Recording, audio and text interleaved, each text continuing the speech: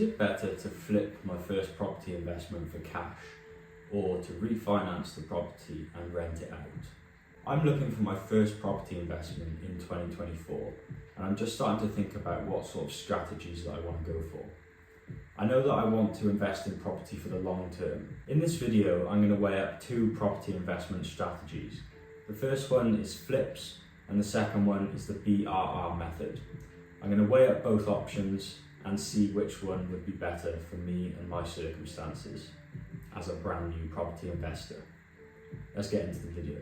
So first of all, we'll start with flips.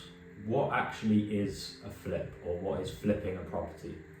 So it's really simple, but flipping a property is basically where you buy a property, you add value in some way, generally through refurbing the property, and then you sell it for a profit.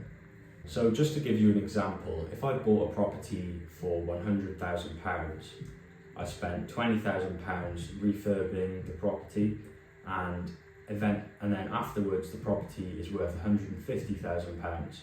I could then sell that property for a £30,000 profit, which is essentially what you would do when flipping a property. So now we'll look at what is a BRR. So BRR stands for buy, refurbish and rent. You can get BRRR, which stands for buy, refurbish, refinance and rent, but that's a little bit more advanced, and I'm just going to be talking about BRR today. So with the BRR method, it's very similar to a flip where you buy a property, often you would add value to it with a refurb, and then instead of selling the property for the profit, you would rent it out.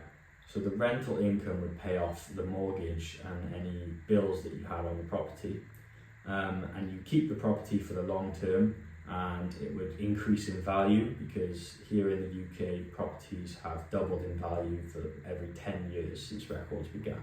So it's a pretty safe strategy to keep your money in properties. You're getting a small bit of income from the rent and you're creating an asset then which is going to increase in value over time. Obviously with the BRR method, the benefit you get there is you're keeping the property in your name or in your company's name. So you get the benefit of the appreciation in the asset.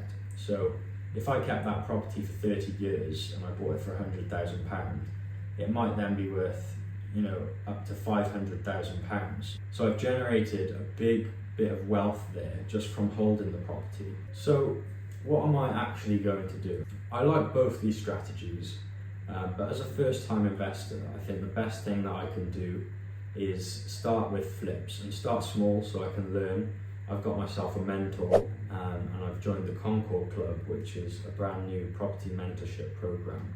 And I'll leave a link in the description for the Concord Club because I think learning and not making costly mistakes is going to be the biggest benefit here to starting my property journey. Learning from Ben Hollingsworth, who's got 25 years experience.